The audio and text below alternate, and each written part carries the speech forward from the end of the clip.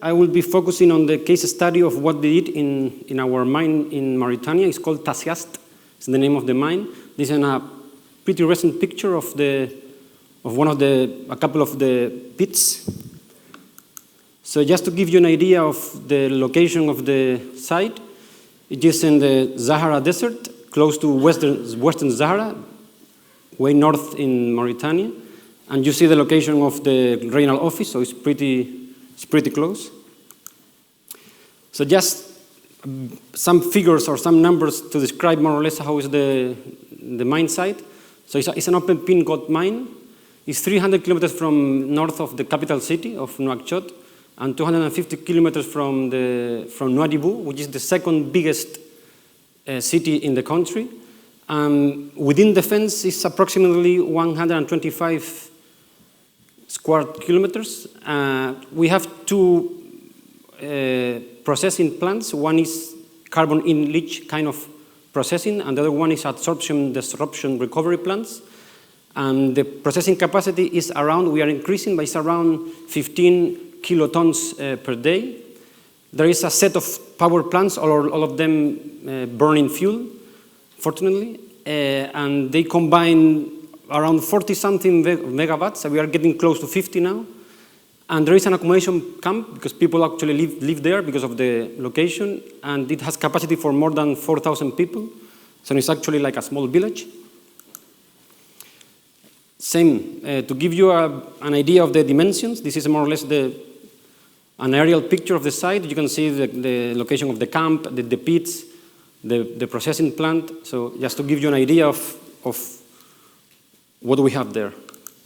Okay, so first of all, I would like to, in my opinion, to share with you why a mine, regardless if it's in a remote location or is in a non-remote location, why a mine will require communications, right?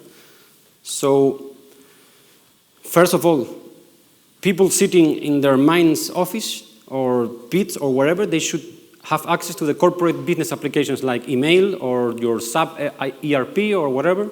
So they should be able to be connected and access as they would if they were sitting in the corporate office or in the regional office.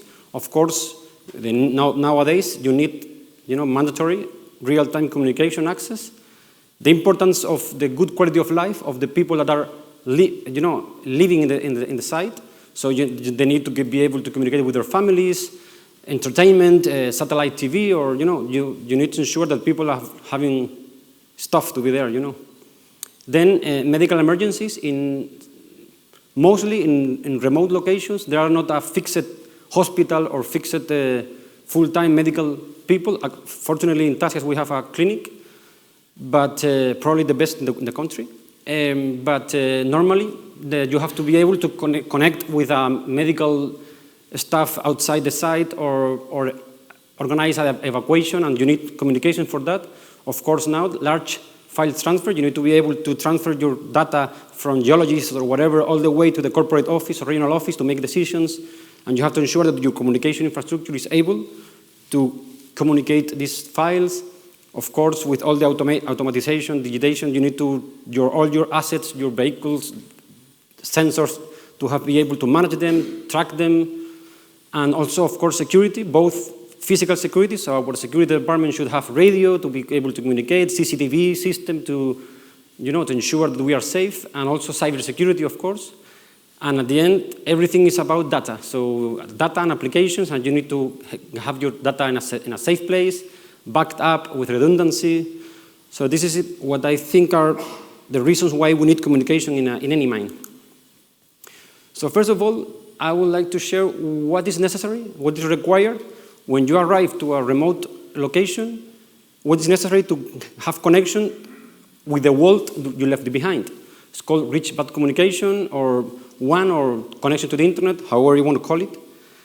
So basically, there is only 3 ways to get connected to the world when you are in any location, or satellite, or microwave, or fiber optic. So every mine would have any of them, or a combination of some of them, or the 3 of them together. Okay. So I've made up this graph. it's just an example. It could happen. It's a generic example. So let's describe it like a real story. So imagine that a company acquire a location, and they send a small exploration team. So this exploration team will be probably bringing satellite phones furnished with void and data.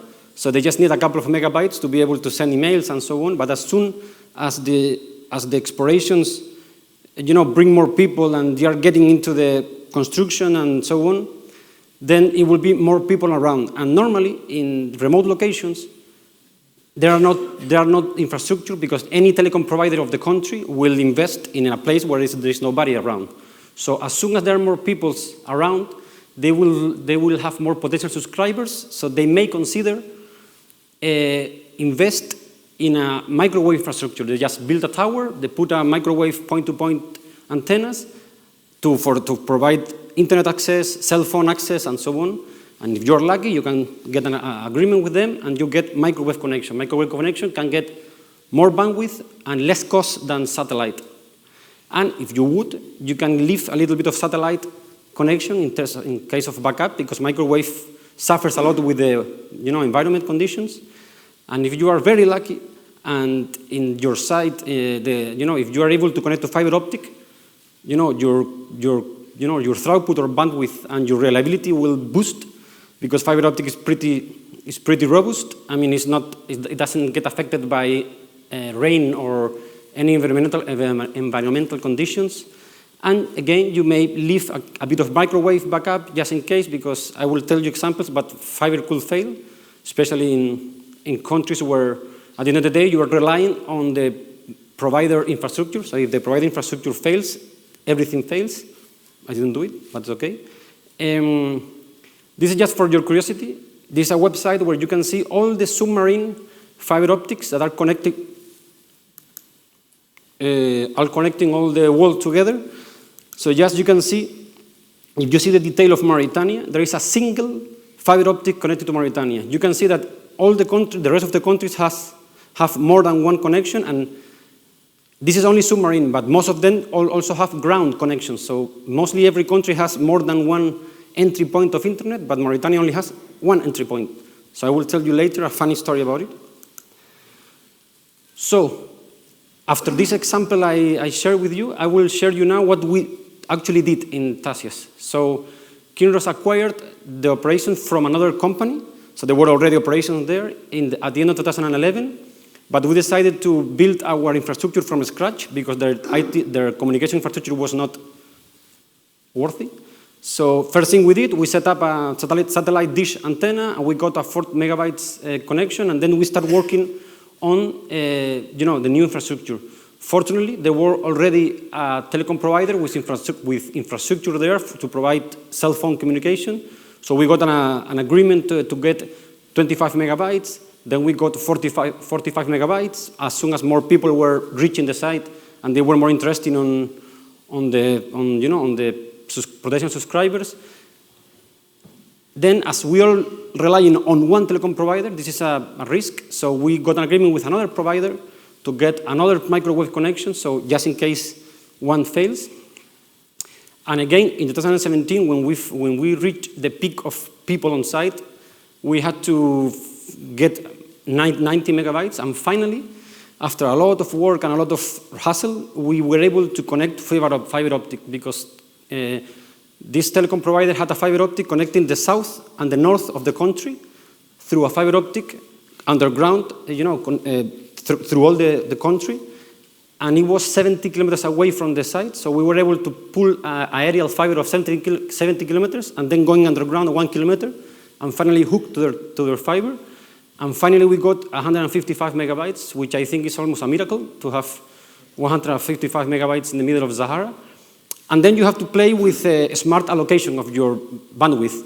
You allocate a certain bandwidth in the operational area during working hours, then you allocate your bandwidth in the camp area during the evening. There are certain services that you guarantee an amount of, so you have to play with your bandwidth, because otherwise it will be swallowed by people going to Netflix, which is obviously blocked there.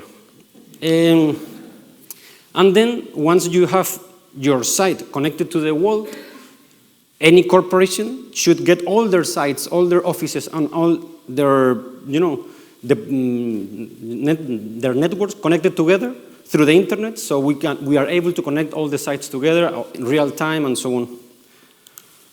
Okay, so I've talked about how to connect to the outside world, and now I will talk about how to connect within your premises. So you have to set up your local network infrastructure. There is not much to say here. It's just how to connect all your devices, laptops, sensors, machinery, anything that needs a connection to the network. Not to the internet, I mean to the internal network. You may use copper, fiber, Wi-Fi, and this is the way how you connect everything that eventually will have a point to connection to the internet. So again, I show you what we got there after all these years. So we have a pretty big network. It's more than 30,000 devices connected at any moment, which means, again, cell phones, tablets. Have in mind that now any person getting into a network has, we can say, has minimal 3 devices. One cell phone, one tablet, and the personal cell phone, or laptop, tablet, cell phone. So imagine each person is 4 connections, plus all the machinery, all your PLCs, everything. So we have a pretty good backbone network, which is our main highway of connections, so we are in pretty good shape. We have pulled more than 100 kilometers of fiber optic, both aerial and underground. For those locations where we cannot pull a fiber or pull a cable, we have to use point-to-point radio frequency antennas. So we have more than 110 of these connections, because we also have some premises outside of the fence. So we have 360 Wi-Fi access points to provide Wi-Fi all over the place, 280 switches, and we have built in these 7 years 6 telecommunication towers between 45 and 55 meters. 3 of them are within the fence, and the 3 others are in other premises we have outside the fence, because we have water facilities and other exploration areas, we need connected to our network. And then, this is very important, we have another network which is to provide connectivity to the machinery in the pit, and this is using completely separated hardware, completely separated cabling. It's completely isolated from our, let's call it administration network or business network. Same thing with our control network for PLCs, SCADA, and so on, and same thing for our digital two-way radios network. All of them are separated, but just connected with a firewall with our, with our administration network. So, okay, you have your network, you have everything connected together, but especially in remote places where a lot of things happen, the infrastructure is in bad conditions and so on, you have to take account about high availability, which means to ensure that you are always connected. All your services are always running. So I will tell you about the concepts of redundancy and resiliency. So just with these simple images, redundancy is if I want to connect either with a cable or a pipe, water pipe, two buildings, and I want to make redundancy, I just pull 2 pipes or 2 cables. So if one fails, I have the other one. But what happens if a backhoe, which happens a lot, if a backhoe breaks your whole pipe and breaks both cables at the same time? So resiliency is to find a way to ensure that no single event can defeat your redundancy, which means pulling another cable in another path. So you have to find a way to make this all over the place. Sounds like maybe an exaggeration, but I can tell you that before we did that, we were not in a daily basis, but almost in weekly basis, connections broken by digging, by backhoes, especially because fiber optics cannot be detected by metal detectors. So when surveyors just survey to make a trench and to check if there is some infrastructure, they can't detect the fiber. They just cut it because they don't realize. So it's a big issue for us. Sorry, it's an ugly picture. This is an actual snapshot of our network management tool. It shows these blue cubes are our main network distribution areas where we have the centralized or most of our connections. And you can see that all of them can get connected through radio frequency or fiber. So we have multiple paths to connect all of them together. In case of one or more than one fails, we have other paths, and we have time to fix them. Okay. As I said before, at the end of the day, this is sorry, I didn't tell. No matter how nice we did here, if the infrastructure of the country fails, you will not have connection to the internet. And last year, the one single cable, submarine cable connected to Mauritania was broken. Nobody knows how. And it took weeks because they don't have a repairing ship. So the whole country was without internet. Any of the local providers were able to connect. So they found a way through Mali, I think, or something.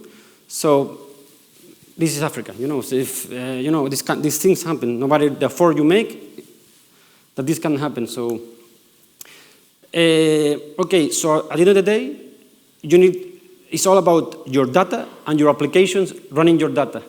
Where is your data and where are your applications? In servers, okay? So we reach a point when we had to make a decision because we had all the place scattered around with physical desktops full of dust under tables running applications, and this is a hell. So we have to centralize all our applications in one place. So we had to make a decision. Should we go external cloud or we do an in-house on-premises cloud? So it took a lot of time, but I tried to summarize here in this slide. So what is an external cloud? The cloud, this cloud concept sounds very nice, but it's somebody else's infrastructure. So cloud providers sell the cloud very well, but the cloud is just another place with infrastructure that may be in good conditions or not. You don't know. You have to trust. So an external cloud is a third party, a vendor, that will host all your information and will offer access to your data and your application through a web portal. And the management of your data and everything is managed by them. And in-house cloud means that we have ownership of all our data, the hardware, the software we are using, everything runs in our machines under our control, and there is no access to third parties unless you give them temporary access to a certain application to do some. So when we start balancing them, so external cloud said, you don't need to make any initial capital outlay. In our case, we had more restriction in our OPEX than in our CAPEX. So it was better for us to invest in CAPEX and leave our OPEX, because if you have external, you have to pay a monthly or yearly fee. So the clouds providers would say, I will take care of their security. For us, this is not the case. We are very, very, very concerned about cybersecurity. We prefer ourselves to manage our cybersecurity. Same thing with the functionality. Cloud providers will say, you have this set of applications and functionality out of the box as soon as you purchase it, but we don't have control of those functionalities. We prefer to build them ourselves and have full control of them. And also the cloud would say, we will make changes, firmware upgrade, bugs, debugging, and you will not notice. But we don't like that, because imagine they make a change and accidentally they leave your application unavailable for an hour in the middle of your shift, and you're losing operation, you're losing, So, and there's only one thing that it will be, the reason why. If you are connected to external cloud, you need internet. So we cannot have our application running in a place that we need internet connection because we fail. The internet fails in our case.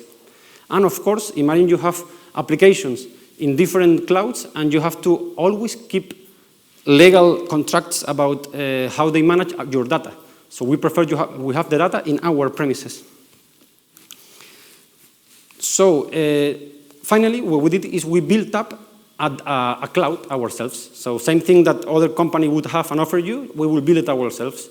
So as you can see, we have a pretty big infrastructure in terms of memory and processing capacity. So now we have 210 applications running. So imagine having 2010 companies with different clouds providing us these applications. So we have everything in the same plane. If any company would offer us an application in their cloud, we say, no, okay, but don't use your cloud. I will give you access to my data center, and you will install it remotely in our data center.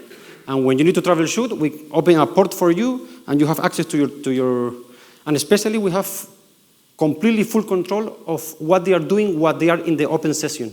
So if any vendor access to our data center to a specific application for an hour, we can track, record, and playback exactly what he did, if he downloaded something, or because it's your data, you know. We have to grant access only to certain people. So we have more than 1,000 persons with access granted, but normally it's temporary. I don't know where they are switching, but it's okay. No.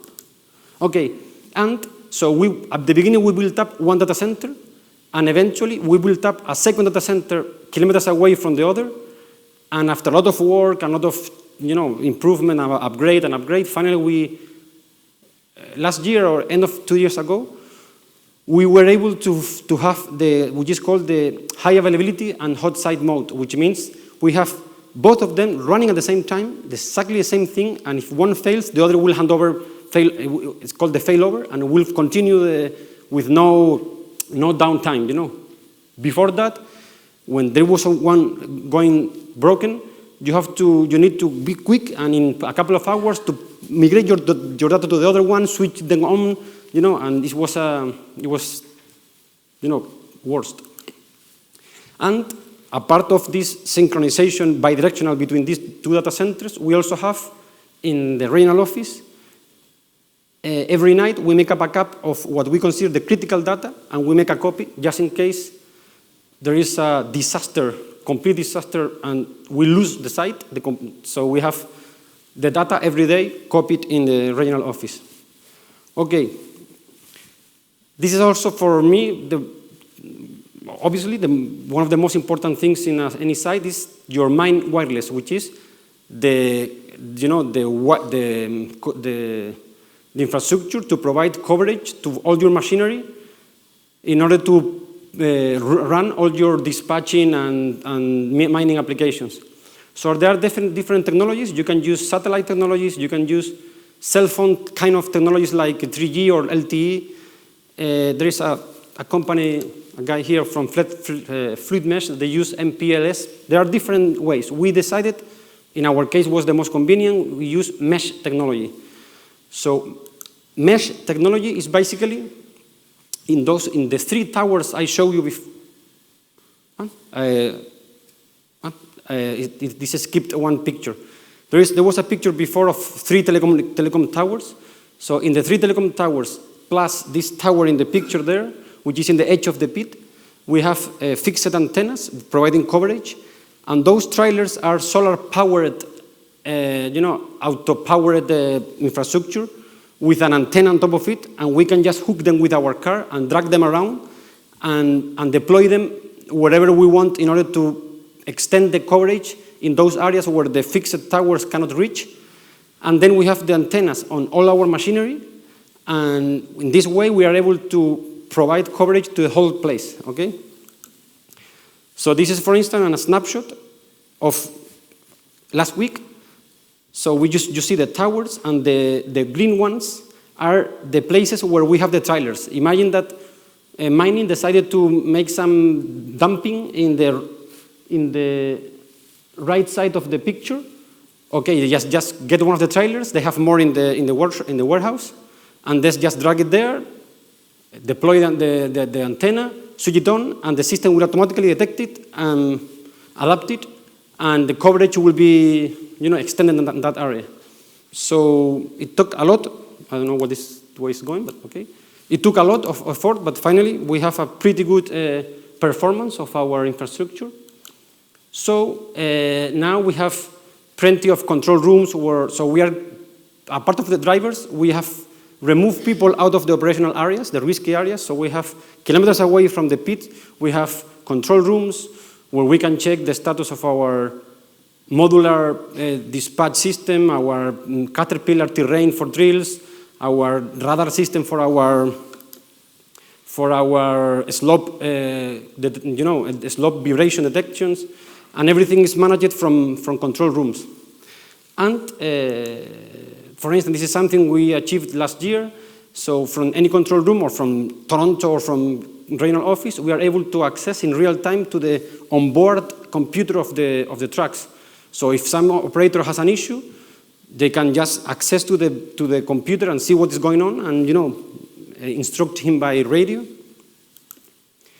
And also thanks to the very high performance of our network, we have been able to put cameras on the pit, onboard cameras, fixed cameras, to check the pit, and also cameras that are able to make big zooms, like the one before. This camera, the one in the bottom right, is 1 kilometer away from that truck. So so this has improved a lot, because we don't need to go. Nobody needs to go all the way with binoculars to the pit to see what is going on. They can control everything, investigate afterwards, checking the cameras what happened. If they need to assist an operator which is in an issue, they can check the onboard camera, and the control room, access the computer and see what's going on and help them. So it was a big improvement, that. And also, early this year, or end of last year, we also had this new deployment, which is a cell phone application where managers of the shift managers can check the status of the shift of each operator, the status of their workshop status, or just a dashboard making a summary of the status of the shift, and actually make these snapshots from the regional office in my cell phone, and it's in real time. So this is pretty helpful for the shift managers. So they don't have to go all the way around the pit to see the status of their shift. They can just do it from their office. And finally, all this infrastructure needs to be supported. So you can basically either have in-source everything. So you have to hire a high-skilled IT team. It takes a lot of money, and it's difficult because it may be difficult to find high-skilled people that are able to live in Mauritania, for instance. Or you can delegate and have a third party taking control of everything, which I don't recommend, because you need people on site to take care of these kind of issues that can be solved physically. So what we did, and is recommendable, is to have a combination. So you have an IT team on site for routine tasks and not very, very complex issues. You have regional office to support them, and then subcontract certain part of your network management because it's more complex, or to troubleshoot more difficult issues, and so on. So that's all. Thank you.